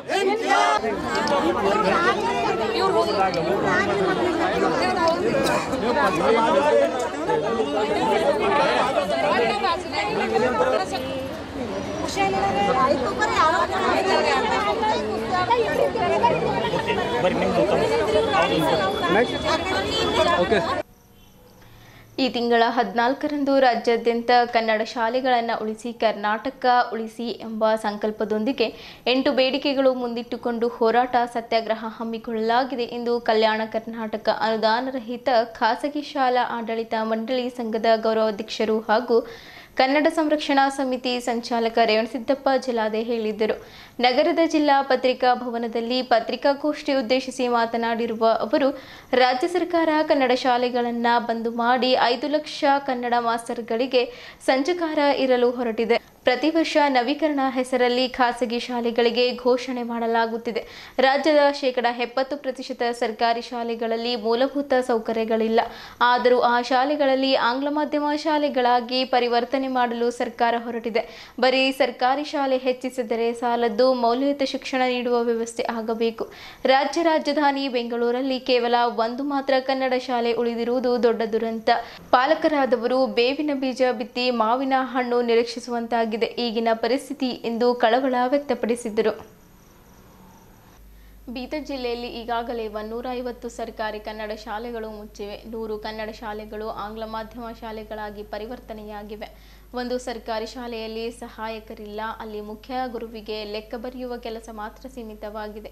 ಹೀಗಿರುವಾಗ ಗುಣಮಟ್ಟದ ಶಿಕ್ಷಣ ನಿರೀಕ್ಷಿಸಲು ಹೇಗೆ ಸಾಧ್ಯ ಎಂದು ಪ್ರಶ್ನೆ ಮಾಡಿದ್ದರು.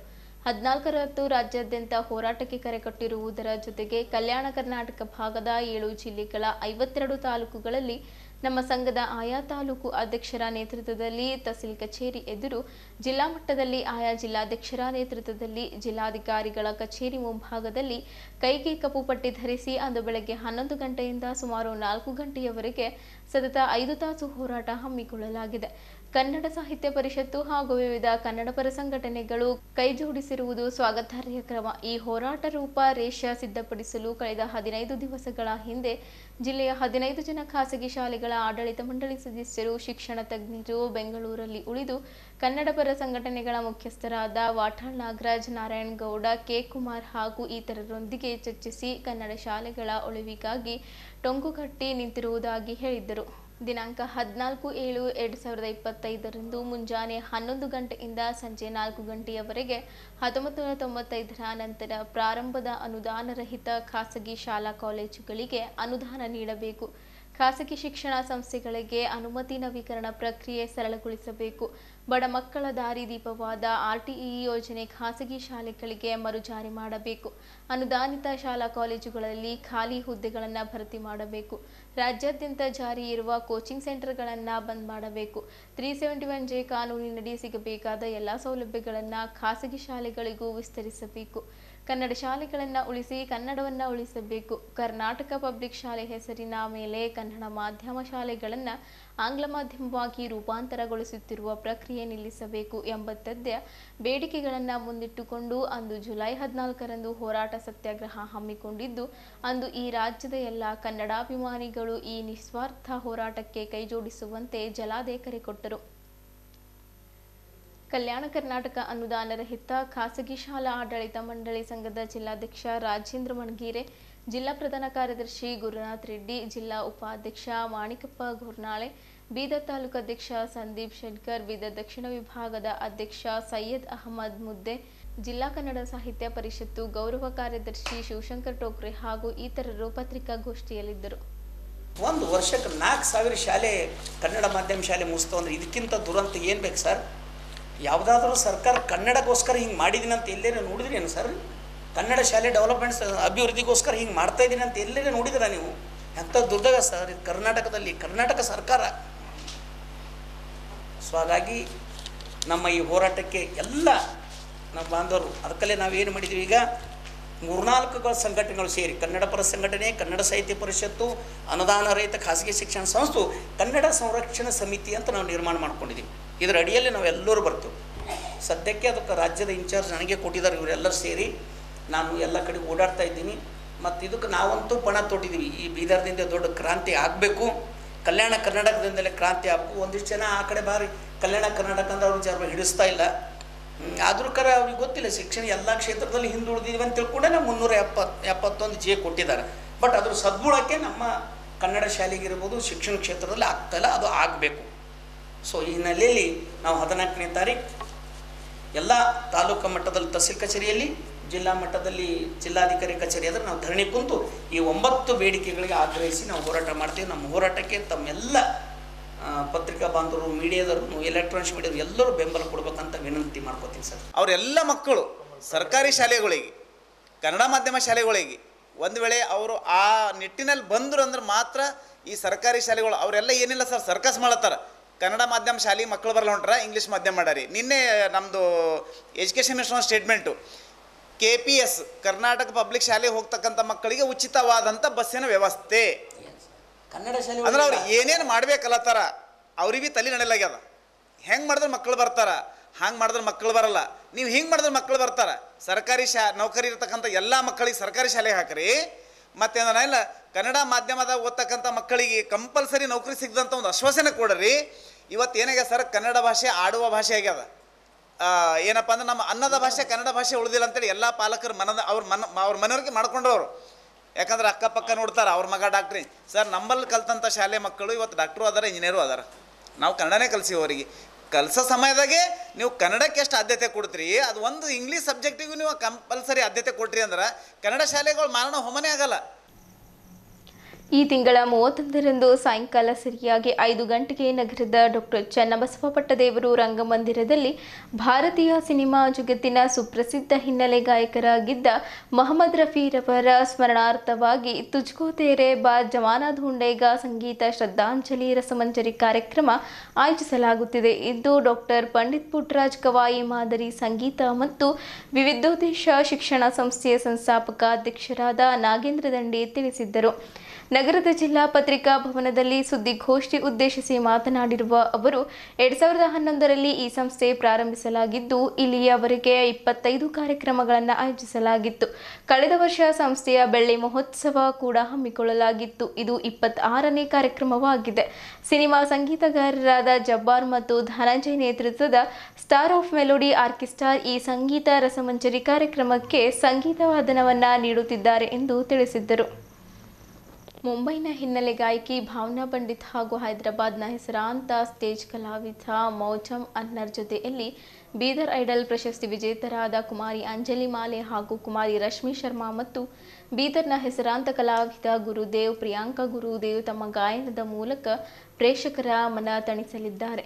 ಪ್ರಯುಕ್ತ ಬೀದರ್ ಜಿಲ್ಲೆಯ ಕಲಾಪ್ರೇಮಿಗಳು ಹಾಗೂ ಸಂಗೀತಾಸಕ್ತ ನಾಗರಿಕರು ಈ ಕಾರ್ಯಕ್ರಮಕ್ಕೆ ಹೆಚ್ಚಿನ ಸಂಖ್ಯೆಯಲ್ಲಿ ಆಗಮಿಸಿ ಪ್ರಯೋಜನ ಪಡೆದು ಕಾರ್ಯಕ್ರಮ ಯಶಸ್ವಿಗೊಳಿಸಬೇಕು ಎಂದು ದಂಡೆ ಮನವಿ ಮಾಡಿದರು. 100 ಅರ್ಹ ಅಭ್ಯರ್ಥಿಗಳಿಗೆ 1 ವರ್ಷದ UPSC ಉಚಿತ ತರಬೇತಿ. 28ನೇ ಡಿಸೆಂಬರ್ 2025ರಂದು ಬೀದರ್ ನಗರದಲ್ಲಿ ಏಷ್ಯಾ ಖಂಡದ ಅತ್ಯಂತ ಬೃಹತ್ ಆರ್ಕೆಸ್ಟ್ರಾ ಹಾಗೂ ಸುಪ್ರಸಿದ್ಧ ಹಿನ್ನೆಲೆ ಗಾಯಕರಾದ ರಸಮಂಜರಿ ಸಂಗೀತ ಕಾರ್ಯಕ್ರಮದ ಆಯೋಜನೆ. ಮುಖೇನ್ ಜಾತಿ, ಧರ್ಮ, ಮತಪಂಥ, ವರ್ಗ, ಲಿಂಗ ಭೇದರಹಿತ 100 ಜನ ಅರ್ಹ ಅಭ್ಯರ್ಥಿಗಳಿಗೆ UPSC ಉಚಿತ ತರಬೇತಿ ನೀಡುವುದು ಈ ಯೋಜನೆಯ ಮುಖ್ಯ ಉದ್ದೇಶವಾಗಿದೆ. ಬೀದರ್ ಜಿಲ್ಲೆಯ ಅರ್ಹ ವಿದ್ಯಾರ್ಥಿಗಳು ಈ ಯೋಜನೆಯ ಸದುಪಯೋಗ ಪಡೆದುಕೊಳ್ಳಬಹುದಾಗಿದೆ. ಜುಲೈ 31ರಿಂದ ಡಿಸೆಂಬರ್ 28ರವರೆಗೆ ಈ ಯೋಜನೆಯ ಪ್ರಕ್ರಿಯೆ ಪ್ರಾರಂಭಿಸಲಾಗುವುದು. UPSC ತರಬೇತಿ ನೀಡಲು ದೆಹಲಿ ಹಾಗೂ ಹೈದರಾಬಾದ್ನ ಪ್ರಖ್ಯಾತ ಹಾಗೂ ನುರಿತ 4 ಜನ UPSC ತರಬೇತಿದಾರರನ್ನು ಕರೆಸಲಾಗುವುದು. ಈ ಮಹತ್ವದ ಕಾರ್ಯ ಕೈಗೊಳ್ಳಲು ಜುಲೈ 31ರಂದು ನಡೆಯುವ ಕಾರ್ಯಕ್ರಮಕ್ಕೆ ಬರುವ ಪ್ರೇಕ್ಷಕರಿಗೆ ₹500 ಮೌಲ್ಯದ ಪಾಸ್ಗಳನ್ನು ಹಾಗೂ ಡಿಸೆಂಬರ್ 28ರಂದು ನಡೆಯುವ ಕಾರ್ಯಕ್ರಮದಲ್ಲಿ ₹1,000 ಬೆಲೆಯುಳ್ಳ VIP ಪಾಸ್ ನೀಡಲಾಗುವುದು. ಈ 2 ಕಾರ್ಯಕ್ರಮಗಳಿಂದ ಜಮೆ ಆಗುವ ಹಣದಲ್ಲಿ ಹೊರಗಿನಿಂದ ಬರುವ ಕಲಾವಿದರಿಗೆ ಪ್ರೋತ್ಸಾಹ ಧನ, 100 ಜನ ತರಬೇತಿ ಪಡೆಯಲಿರುವ ಅರ್ಹ ಅಭ್ಯರ್ಥಿಗಳಿಗೆ ಉಚಿತ ತರಬೇತಿಗಾಗಿ ಹಣ ಖರ್ಚು ಮಾಡಲಾಗುತ್ತದೆ. ಒಟ್ಟಾರೆ 2 ಕೋಟಿ ಅಂದಾಜು ಕಾರ್ಯಕ್ರಮ ಹಾಗೂ ತರಬೇತಿಯಲ್ಲಿ ಖರ್ಚಾಗಲಿದೆ ಎಂದು ದಂಡೆ ವಿವರಿಸಿದ್ದರು. ಕಾರ್ಯಕ್ರಮದ ಆಯೋಜನಾ ಸಮಿತಿ ಅಧ್ಯಕ್ಷ MA ಜಬ್ಬಾರ್, ಕಾರ್ಯಾಧ್ಯಕ್ಷ BV ಜಗದೀಶ್ವರ್, ಉಪಾಧ್ಯಕ್ಷ ಓಂಪ್ರಕಾಶ್ ರೊಟ್ಟೆ, ಕಾರ್ಯದರ್ಶಿ ಪದ್ಮಾನಂದ್ ಗಾಯಕ್ವಾಡ್, ಸಂಗೀತ ಸಂಯೋಜಕ ಗುರುದೇವ್, ಸಾಮಾಜಿಕ ಚಿಂತಕ ವೀರಭದ್ರಪ್ಪ, ಉಪಿನ್ ಅಂಬದಾಸ್ ಹಾಗೂ ಇತರರು ಪತ್ರಿಕಾಗೋಷ್ಠಿಯಲ್ಲಿದ್ದರು. ಇದು ಅದರ ಪೂರ್ವ ಸಿದ್ಧತೆ ಕಾರ್ಯಕ್ರಮ. ಇದು ಡಿಸೆಂಬರ್ 31 ಜುಲೈ 31 ನಡೆದು ಆ ಡಿಸೆಂಬರ್ ಕಾರ್ಯಕ್ರಮ ಪೂರ್ವ ಸಿದ್ಧತೆ ಕಾರ್ಯಕ್ರಮ. ಇದಕ್ಕೆಲ್ಲ ಬೀದರ್ ಜನರು, ಬೀದರ್ ನಾಗರಿಕರು ಎಲ್ರಿಗೂ ಇದು ಒಂದು ಅगर ನಮ್ಗೆ ಸಕ್ಸಸ್ ಆಗ್ತದೆ ಅಂತಂದ್ರೆ ನಾವು ಪ್ರತಿ ವರ್ಷ ಒಂದು 100 ಹುಡುಗರಿಗೆ ನಾನಪ್ಪ ಟ್ರೈನಿಂಗ್ ಕೊಡ್ಬೇಕಂತಂಬೋದು ನಮ್ಮ ಉದ್ದೇಶದ. ನಾವೆಲ್ಲರೂ ಕುಂತು ಡಿಸೈಡ್ ಮಾಡಿದ್ದೀವಿ. ಮತ್ತಿದು ದಯವಿಟ್ಟು ನಾನೊಂದು ಮಾತು ಹೇಳ್ತೀನಿ, ಇದು ಕಮರ್ಷಿಯಲ್ ಕಾರ್ಯಕ್ರಮ ಅಲ್ಲ, ಕಮರ್ಷಿಯಲ್ ಪ್ರಾಜೆಕ್ಟ್ ಅಲ್ಲ, ಇದು ನಮ್ಮ ಸೋಷಿಯಲ್ ಕಾನ್ಸೆಪ್ಟ್. ಇದರಲ್ಲಿ ಯಾವುದೋ ಥರ ಕಮರ್ಷಿಯಲ್ ಒಂದು ನಯಾ ಪೈಸೆದು ನಮ್ಮ ಉದ್ದೇಶ ಇಲ್ಲ. ನಾ ಇಲ್ಲಿ ತನಕ 25 ಕಾರ್ಯಕ್ರಮ ಮಾಡ್ಕೊಂಡು ಬಂದೆ. ನಾನು ಅದರಲ್ಲಿ ಒಂದು ಕೂಡ ನನ್ನ ಪ್ರೋಗ್ರಾಮು ಅದು ಕಮರ್ಷಿಯಲ್ ಆಗಿದ್ದಿಲ್ಲ.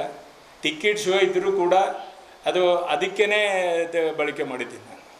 ಒಂದು ಕಾರ್ಯಕ್ರಮ ಇದು, ಮತ್ತೊಂದು ಆ ಕಾರ್ಯಕ್ರಮ ಏನಾದ್ರು ಮತ್ತೊಂದು ಕಾರ್ಯಕ್ರಮ, ಉಷಾ ಮಂಗೇಶ್ಕರ, ಉಷಾ ತಿಮೋತಿ ಇಂಥ ಕಲಾವಿದರಿಗೆ ಏನಪ್ಪ ನಾನು ಬೀದರ್ ಕರ್ಸ್ಕಸಿದ್ದು ಪ್ರೋಗ್ರಾಮ್ ಕೊಟ್ಟಿದ್ದೇನೆ. ಆ ಪ್ರೋಗ್ರಾಮ್ ಕೊಡೋದು ಪ್ರಯೋಜನ ಏನಾಯಿತು ಅಂತ ಕೇಳ್ತಾರೆ, ನನಗೆ ಅದ್ರ ಉತ್ತರ ಇಲ್ಲ. ಈಗ ಅದಕ್ಕೆ ಕಸಿಂದೇನಪ್ಪ ಈ ಪ್ರಾಜೆಕ್ಟ್ ಅಂತ ಕಸಿಂದ ಹಾಕ್ಕೊಂಡಿದ್ದೀವಿ. ಇದು ಮುಂಬರುವ ಮೋಸ್ಟ್ಲಿ ಮಾರ್ಚ್ ತಿಂಗಳಲ್ಲಿ ನಮ್ಮದು ಟ್ರೈನಿಂಗ್ ಸ್ಟಾರ್ಟ್ ಆಗ್ತದೆ 100 ಜನರಿಗೆ. ಆ 100 ಜನರಿಗೆ ಆಯ್ಕೆ ಮಾಡೋದು ಹೈದ್ರಾಬಾದು ಡೆಲ್ಲಿನಲ್ಲಿ ಏನು ಇದ್ದಾರೆ ಕೋಚರ್ ಇದ್ದಾರೆ, ತರಬೇತಿ ನೀಡೋರೇನಿದ್ದಾರೆ, ಅವರು ಬಂದು ಕಸಿಂದ ಆಯ್ಕೆ ಮಾಡ್ತಾರೆ. ಒಂದು ಸಣ್ಣ ಅವರಿಗೆ ಕೇಳ್ಕೊಂಡು ಕಸಿಂದ ಒಂದು ಸಣ್ಣ ಪ್ರಮಾಣದಾಗ ಒಂದು ಟೆಸ್ಟ್ ಆಯೋಜನೆ ಮಾಡ್ತೀವಿ, ಟೆಸ್ಟ್ ಕಂಡಕ್ಟ್ ಮಾಡ್ತೀವಿ. ಆ ಟೆಸ್ಟ್ನಲ್ಲಿ ಯಾರು ಒಳ್ಳೆ ಪರ್ಫಾರ್ಮೆನ್ಸ್ ಕೊಡ್ತಾರೆ ಅಂಥ ಜನರಿಗೆ 100 ಜನರಿಗೆ ಆಯ್ಕೆ ಮಾಡ್ಕೊಂಡು ಕಸಿದ್ದು ನಾವು ಕಾರ್ಯಕ್ರಮ ಅದು ಒಂದು ತರಬೇತಿ ಮಾಡಬೇಕಂತಂದು ಒಂದು ಪ್ರಾಜೆಕ್ಟ್ ಹಾಕ್ಕೊಂಡಿದ್ದೀವಿ. ಅದಕ್ಕೆ ಎಲ್ಲಕ್ಕಿಂತ ಜಾಸ್ತಿ ಏನಪ್ಪ ನೀವು ಮಾಧ್ಯಮದವ್ರದ್ದು ಕೂಡ ಭಾಳ ದೊಡ್ಡ ಪಾತ್ರ ಇರ್ತದೆ. ನಿಮ್ಮ ಸಲಹೆ, ನಿಮ್ಮ ಸಹಕಾರ ಇಲ್ಲದೇ ಯಾವುದೂ ಆಗಲ್ಲ. ದಯವಿಟ್ಟು ಈ ಕಾರ್ಯಕ್ರಮಕ್ಕೂ ಆ ಕಾರ್ಯಕ್ರಮಕ್ಕೂ ಮತ್ತೊಂದು ಮಾತು ಹೇಳ್ತೀನಿ ನಾನು. ಟಿಕೆಟ್ ಶೋ ಇರ್ತದೆ ಸರ್, ಸುಮಾರು 1,20,00,000 ರೂಪಾಯಿ ಯಾರಿಗೂ ಕಾಂಟ್ರಿಬ್ಯೂಷನ್ ಕೊಡಲ್ಲ. ಅದು ನಮ್ಮದು ಯಾರ್ದು ತಾಕತ್ನೂ ಇಲ್ಲ. ಅಷ್ಟು ದೊಡ್ಡ ಪ್ರಾಜೆಕ್ಟ್ ಆಗಬೇಕಿತ್ತು ಅಂತಂದ್ರೆ ನಾವು ಯಾರ್ದಾಗಾರ ಸಾಹುಕಾರಗಳಿಗೆ ಹೋಗಿ ಹಿಡಿಬೋದು. ಈಗ ಖದೀರ್ ಸರ್ ಅದಾರೆ, ಬಲ್ಬೀರ್ ಸಿಂಗ್ ಅದಾರೆ, ಈಶ್ವರ್ ಖಂಡ್ರೆ ಅವರು ಅದಾರೆ, ಇಂಥವ್ರ ಕಡೆ ಹೋಗಿ ಕಸಿನ್ ತರ್ಬೋದು. ಬಟ್ ಅದು ಕಮರ್ಷಿಯಲ್ ಆಗ್ತದೆ ಅಂತ ನನ್ನ ಭಾವನೆ. ಅದು ಹಂಗೆ ಕೇಳ್ಕಸಿದ್ದು ಇದು ಮಾಡೋದು ಸಹ. ಯಾಕಂತಂದ್ರೆ ಅವ್ರದ್ದು ದೊಡ್ಡ ದೊಡ್ಡ ಸಂಸ್ಥೆಗಳು ಇಟ್ಕೊಂಡು ಕೂತಾರೆ. ನಮ್ಮ ಪ್ರಾಜೆಕ್ಟ್ ಯಾಕ್ರೆ ನೀವ್ಯಾಕೆ ಮಾಡ್ತೀರಿ, ಅದು ನಾವೇ ನಡೆಸೀವಿ ಅಂತ ಕಸಿಂದು ಹೇಳೋಂಥ ಚಾನ್ಸಸ್ ಇದೆ. ಇದು ಅಲ್ಲಾಯ್ತು ಅಂತಂದ್ರೆ ಅವರು ದೊಡ್ಡ ಫೀಸ್ ಹಚ್ತಾರೆ. ನಾವು ನಿಶುಲ್ಕ ಟ್ರೈನಿಂಗ್, ಅದು 100 ಜನರ ಬಳಿ ₹1 ಕೂಡ ನಾವು ಫೀಸ್ ತೊಗೊಳ್ಳಲ್ಲ. 1 ವರ್ಷ ಟ್ರೈನಿಂಗು ವಿತ್ ಒಳ್ಳೆ ಅಕೊಮಿಡೇಷನ್ ಕೊಡ್ತೀವಿ. ಬಟ್ ಅದು ಹಾಸ್ಟೆಲು ರಹಿತ, ವಸತಿ ಮತ್ತು ಇದು ರಹಿತ. ಅದು ಅವರೇ ಬರಬೇಕು. ಅದು ಬರೀ ನಮ್ಮ ಜಿಲ್ಲೆನವರೇ ಇರ್ತಾರೆ. ಡೈಲಿ ಏನಪ್ಪ ಬಂದು ಕಸಿದ್ದು ಇಲ್ಲಿ ಕ್ಲಾಸ್ ಅಟೆಂಡ್ ಮಾಡಬೇಕು, ಕ್ಲಾಸ್ ಅಟೆಂಡ್ ಮಾಡಿ ಕಸಿದ್ದು ಹೋಗ್ಬೇಕು. ನಮ್ಮ ಉದ್ದೇಶ ಈ ವರ್ಷ ನಮ್ಮದು 26ರಲ್ಲಿ ಒಂದು 10 ಜನ UPSC ಪಾಸ್ ಆಗಬೇಕು. ಇದು ನಮ್ಮದೇನಪ್ಪ ಒಂದು ಉದ್ದೇಶ ನಮ್ಮದಿದು. ಸುಮಾರು 1 ಕೋಟಿ, ನಾನು ಪದೇ ಹೇಳ್ತೇನೆ, 1,20,00,000 ರೂಪಾಯಿ ಪ್ರಾಜೆಕ್ಟ್ ಇದು. 1,20,00,000 ಮ್ಯೂಸಿಕ್ ಇದು ಕಾರ್ಯಕ್ರಮ ಹಿಡ್ಕೊಂಡು ಕಸಿದ ಟ್ರೈನಿಂಗ್ ತನಕ 1,20,00,000 ರೂಪಾಯಿದು ಪ್ರಾಜೆಕ್ಟ್. ಇದಕ್ಕೆ ಬೀದರ್ನಿಂದ ಎಲ್ಲ ಜನರಪ್ಪ ಸಹಕಾರ ಬೇಕಿದೆ. ಯಾಕಂದರೆ ಜನರ ಸಾರ್ವಜನಿಕ ಉದ್ದೇಶದ, ಇದು ಸಾರ್ವಜನಿಕ ಕೆಲಸ ಅದ, ಸಮಾಜ ಕೆಲಸ ಅದ. ಇದು ಹಂಗೆ ಹಾಕಿಸಿದ್ದು ಎಲ್ಲ ಸಮಾಜ ಜನ, ಯಾವುದೂ ಕಾಸ್ಟ್ ಇಲ್ಲ, ಯಾವುದೂ ರಿಲಿಜನ್ ಇಲ್ಲ, ಏನಿಲ್ಲ, ಎಲ್ಲ ಜನ ಏನಪ್ಪ ಕೈ ಜೋಡಿಸ್ಬೇಕಂತೇಳಿ ನಾನು ತಮ್ಮ ಪತ್ರಿಕಾ ಗೋಷ್ಠಿ ಮೂಲಕ ವಿನಂತಿ ಮಾಡ್ತೀನಿ ಬೀದರ್ ನಾಗರಿಕರಲ್ಲಿ.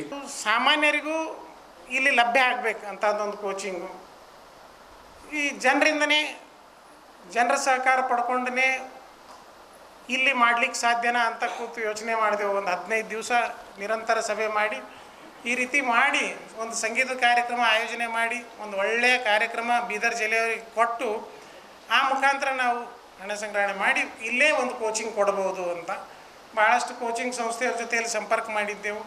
ಸಂಗೀತದ ಕಾರ್ಯಕ್ರಮಗಳು ಆಯೋಜನೆ ಮಾಡ್ತಕ್ಕಂಥವ್ರ ಜೊತೆಯಲ್ಲಿ ಸಂಪರ್ಕ ಮಾಡಿದ್ದೆವು. ಇದೆಲ್ಲವೂ ಕಾರ್ಯಸಾಧು ಹೌದು ಅಂತ ನಮಗೆ ಅನಿಸಿದ ಮೇಲೆ ಈ ಯೋಜನೆಯನ್ನು ಸಾರ್ವಜನಿಕಗೊಳಿಸ್ತಾ ಇದ್ದೇವೆ. ಈಗ ಇನ್ನು ಮುಂದಿನ ದಿನಗಳಲ್ಲಿ ಅದಕ್ಕೆ ಸಮರ್ಪಿಸ್ಕೊಂಡು ಕೆಲಸ ಮಾಡ್ತೀವಿ ಎಲ್ಲ ತಂಡದ ರೂಪದಲ್ಲಿ.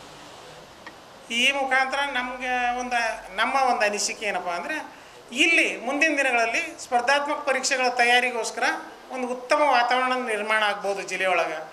ನಾವು ಮಾಡಿದ್ದು ನೋಡಿಕೊಂಡು ಬೇರೆ ಬೇರೆ ಸಂಸ್ಥೆಯವ್ರನ್ನೂ ಇಂಥದ್ದೊಂದು ಕೋಚಿಂಗ್ಗಳದ್ದು ವ್ಯವಸ್ಥೆ ಇಲ್ಲಿ ಮಾಡ್ಬೋದು. ಬೀದರ್ಗೆ ಆದಾಗ ಒಂದಿಷ್ಟು ಕಡಿಮೆ ಬೆಲೆಯಲ್ಲಿ ಮಕ್ಕಳಿಗೆ ಲಭ್ಯ ಆಗ್ತದೆ ತರಬೇತಿಗಳು ಅಂತಕ್ಕಂಥದ್ದು ನಮ್ಮದು ಅನಿಸಿಕೆ. ಅಂಥದ್ದೊಂದು ವಾತಾವರಣ ನಿರ್ಮಾಣ ಮಾಡಬೇಕೆಂಬ ಸದುದ್ದೇಶ ಇಟ್ಟುಕೊಂಡು ಈ ಸಾಹಸಕ್ಕೆ ನಾವು ಮುಂದಾಗಿದ್ದೆವು. ತಾವುಗಳೆಲ್ಲ ಸಹಕರಿಸಿ ಈ ವಿಷಯವನ್ನು ನಾಗರಿಕರ ಬಾಂಧವರಲ್ಲಿ ಗಮನಕ್ಕೆ ತರುತ್ತೀರಿ ಅಂತ ನಮ್ಮ ವಿಶ್ವಾಸ. ಪ್ರಸಕ್ತ ಸಾಲಿನ ಸಿಎ ಫೌಂಡೇಶನ್ ಕೋರ್ಸ್ ಪರೀಕ್ಷೆಯಲ್ಲಿ ಉತ್ತಮ ಅಂಕಗಳೊಂದಿಗೆ ತೇರ್ಗಡೆಯಾದ ಇಲ್ಲಿಯ ಸಾಯಿ ಸ್ಫೂರ್ತಿ ಪದವಿ ಪೂರ್ವ ಕಾಲೇಜಿನ ವಾಣಿಜ್ಯ ವಿಭಾಗದ ವಿದ್ಯಾರ್ಥಿನಿ ಸ್ನೇಹಾ ಸಂಗಮನಾಥ್ ಅವರನ್ನು ಕಾಲೇಜಿನಲ್ಲಿ ಸನ್ಮಾನಿಸಲಾಯಿತು. ಶಾಲು ಹೊದಿಸಿ ಹೂಮಾಲೆ ಹಾಕಿ ಸತ್ಕರಿಸಿ ಪ್ರೋತ್ಸಾಹಿಸಲಾಯಿತು. ಸ್ನೇಹಾ ಅವರು ಸಿಎ ಫೌಂಡೇಶನ್ ಕೋರ್ಸ್ ಪರೀಕ್ಷೆಯಲ್ಲಿ ಸಾಧನೆಗೈದು ಕಾಲೇಜಿಗೆ ಕೀರ್ತಿ ತಂದಿದ್ದಾರೆ ಎಂದು ಕಾಲೇಜು ಪ್ರಾಚಾರ್ಯ ಚಂದ್ರಶೇಖರ್ ಬಿರಾದರ್ ಹೇಳಿದರು. ಗುಣಮಟ್ಟದ ಶಿಕ್ಷಣದ ಕಾರಣ ಕಾಲೇಜಿನ ವಿದ್ಯಾರ್ಥಿಗಳು ವಿವಿಧ ಪರೀಕ್ಷೆಗಳಲ್ಲಿ ಸಾಧನೆ ಮಾಡುತ್ತಿದ್ದಾರೆ ಎಂದು ತಿಳಿಸಿದರು. ಉಪನ್ಯಾಸಕಿ ನೀಲಾ ಮಾತನಾಡಿ, ಕಠಿಣ ಪರಿಶ್ರಮ ವಹಿಸಿದರೆ ಪ್ರತಿಫಲ ಸಿಕ್ಕೇ ಸಿಗುತ್ತದೆ ಎಂದು ಹೇಳಿದ್ದರು. ಉಪನ್ಯಾಸಕಿಯರಾದ ಪ್ರೀತಿ ಮಾರ್ಗರೇಟ್ ಇದ್ದರು.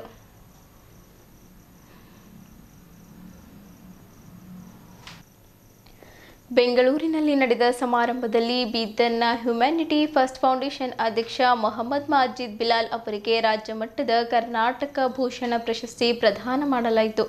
ಇಲ್ಲಿಯ ಹ್ಯುಮ್ಯಾನಿಟಿ ಫಸ್ಟ್ ಫೌಂಡೇಶನ್ ಅಧ್ಯಕ್ಷ ಮೊಹಮ್ಮದ್ ಮಾಜಿದ್ ಬಿಲಾಲ್ ಅವರಿಗೆ ಸಮಾಜ ಸೇವೆಗಾಗಿ ಕರ್ನಾಟಕ ಮೀಡಿಯಾ ಕ್ಲಬ್ ವತಿಯಿಂದ ಕೊಡಲಾಗುವ ರಾಜ್ಯ ಮಟ್ಟದ ಕರ್ನಾಟಕ ಭೂಷಣ ಪ್ರಶಸ್ತಿ ಲಭಿಸಿದೆ. ಬೆಂಗಳೂರಿನಲ್ಲಿ ನಡೆದ ಸಮಾರಂಭದಲ್ಲಿ ವಿಶ್ರಾಂತ ಲೋಕಾಯುಕ್ತ ಸಂತೋಷ್ ಹೆಗ್ಡೆ ಪ್ರಶಸ್ತಿ ಪ್ರದಾನ ಮಾಡಿದ್ದರು.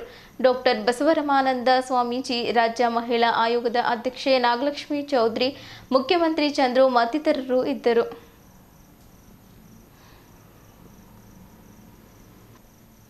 ಇಲ್ಲಿಯವರೆಗೂ ಸುದ್ದಿ ಕೊಟ್ಟಿದ್ದು ನಾನು ಪ್ರಭಾವತಿ. ಮುಂದಿನ ಸುದ್ದಿಯೊಂದಿಗೆ ಮತ್ತೆ ಭೇಟಿಯಾಗೋಣ. ವಂದನೆಗಳು.